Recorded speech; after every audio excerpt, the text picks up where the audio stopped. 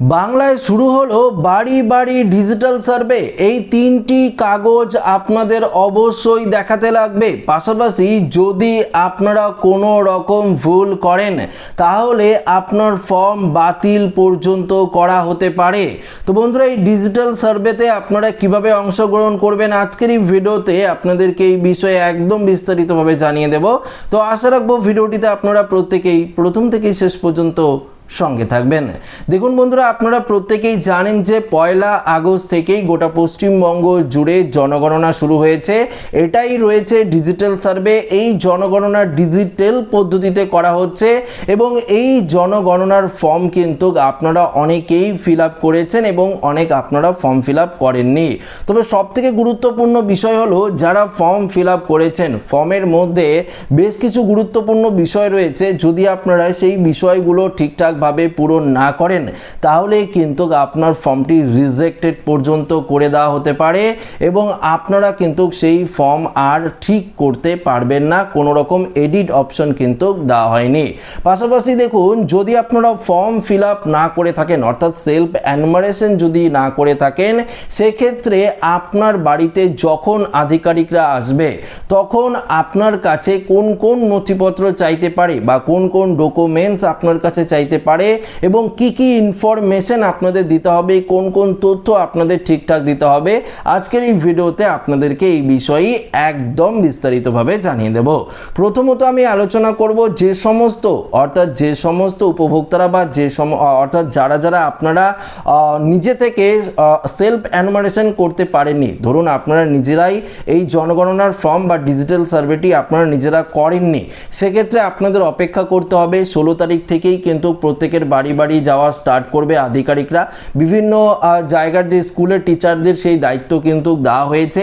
সেই স্কুলের টিচার হোক বা বিএলওরা হোক আপনার বাড়িতে কিন্তু যাবে এবং আপনার বাড়িতে গিয়ে কিন্তু সেই যে সেলফ এনুমারেশন অর্থাৎ জনগণনার ফর্ম, সেই ফর্মটি কিন্তু ফিল আপ করবে তারা। দেখুন, আপনারা যদি নিজেরাও করে থাকেন তাহলে দেখবেন সেই ফর্মের মধ্যে কিন্তু হেড অফ দ্য ফ্যামিলির নাম, আপনাদের মোবাইল নাম্বার এবং পাশাপাশি আপনাদের এদিকে বিশেষ করে কি কি রয়েছে না রয়েছে এগুলো তথ্য কিন্তু আপনাদের দিতে হচ্ছে। অবশ্যই আপনাদের মোবাইল নাম্বার দিতে হবে, আপনাদের ঠিকানা এগুলো বলতে হবে, লোকেশন ঠিকঠাক করতে হবে। তো এগুলো যদি আপনারা অনলাইনে না করে থাকেন তাহলে আপনার বাড়িতে যখন আধিকারিকরা আসবে তখন আপনাদের ঠিকঠাক করে কিন্তু আপনাদের ঠিকানা, আপনাদের বাড়িতে কি রয়েছে না রয়েছে সেগুলো কিন্তু অবশ্যই আপনাদের দিতে হবে। তো আপনারা কি করবেন, যারা ফর্ম ফিল আপ করেননি, যারা ফর্ম ফিল আপ করতে পারছেন না, আপনারা অপেক্ষা করবেন। 16 তারিখেই যে আপনার বাড়িতে আধিকারিকরা যাবে এমনটা নয়, 17, 18, 19 এভাবে কিন্তু এই মাসের 30 তারিখ পর্যন্ত প্রত্যেকের বাড়ি বাড়ি কিন্তু তারা যাবে। আপনারা যদি অর্থাৎ অনলাইনেও ফর্ম ফিল আপ করে থাকেন তাও যাবে, যদিও না করে থাকেন তাও আপনার বাড়িতে গিয়ে তারা কিন্তু আপনাকে ফর্মটি ফিল আপ করে দিয়ে সাহায্য করবে।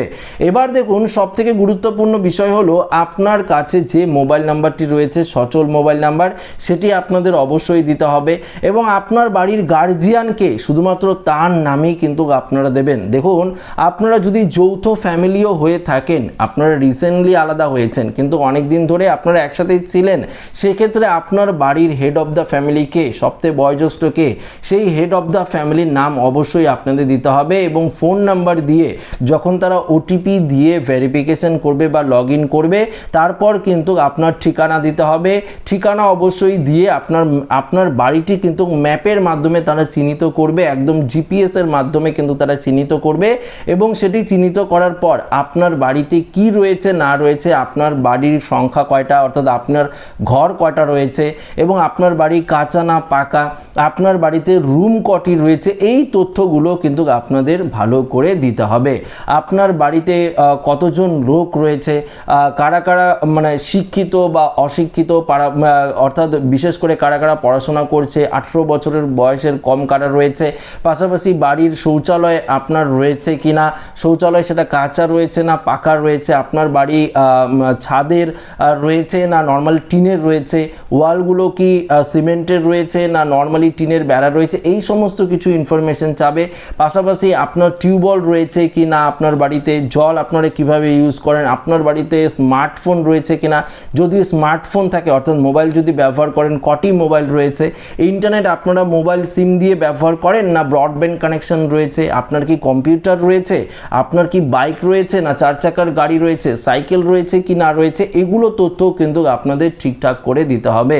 এই জনগণনায় সমস্ত কিছু ইনফরমেশন কিন্তু আপনাদের ঠিক করে দিতে হবে। ধরুন আপনি অনলাইন জনগণনা করে নিলেন, নিজে নিজেই আপনি জনগণনার ফর্ম ফিল আপ করে নিলেন।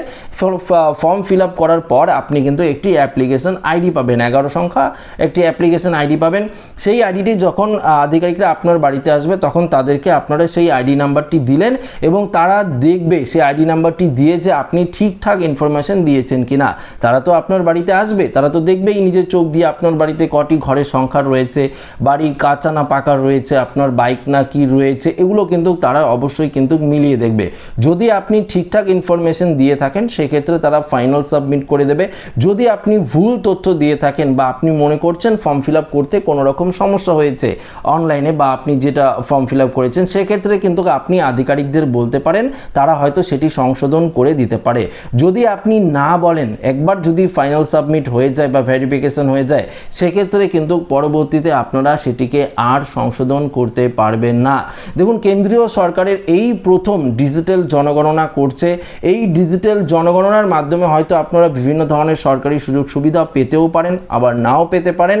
তবে এই জনগণনায় প্রত্যেককে কিন্তু অংশগ্রহণ করতেই হবে।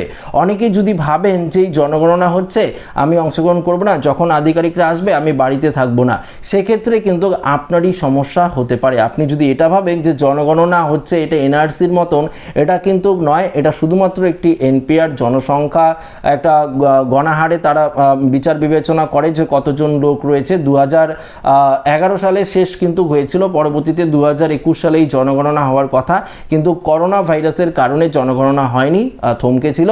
সেটা কিন্তু এবার চালু করলো। তাই আমাদের পশ্চিমবঙ্গে আগস্ট থেকে শুরু হয়েছে।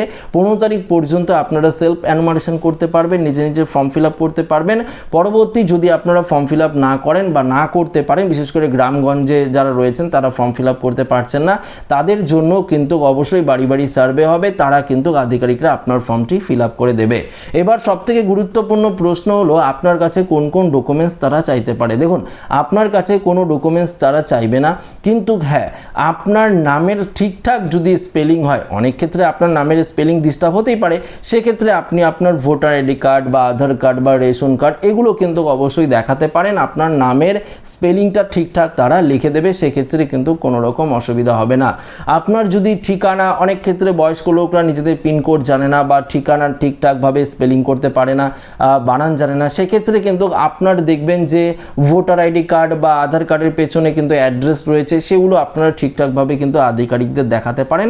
তারা কিন্তু ভালো করে আপনার ফর্মটি ফিল আপ করতে সাহায্য করবে। তো এই সমস্ত ডকুমেন্টসের প্রয়োজন হতে পারে, এছাড়া কোনো রকম ডকুমেন্টসের প্রয়োজন হবে না। আচ্ছা, আরেকটি গুরুত্বপূর্ণ বিষয় আপনাদেরকে জানিয়ে দিই, যদি আপনারা নিজে থেকে ফর্ম ফিল আপ করে থাকেন তাহলে অবশ্যই অ্যাপ্লিকেশন যে আইডি নাম্বার আপনারা পেয়েছেন ফর্ম ফিল আপের সময় বা সাবমিট করার সময়, সেই অ্যাপ্লিকেশন আইডি নাম্বারটি ভালো করে যত্ন করে রাখবেন। আধিকারিকরা আসলে সেটি আপনাদের অবশ্যই দেখাতে হবে। সেটি যদি আপনারা হারিয়ে ফেলেন সেক্ষেত্রে কিন্তু আপনারা সমস্যায় পড়বেন। তো আজকের এই ভিডিওটি যদি ভালো লেগে থাকে অবশ্যই ভিডিওটিকে একটি লাইক করবেন, বন্ধুদের সাথে শেয়ার করবেন, নতুন হয়ে থাকলে চ্যানেলটিকে সাবস্ক্রাইব করে আমাদের সঙ্গে জুড়ে থাকবেন। ধন্যবাদ।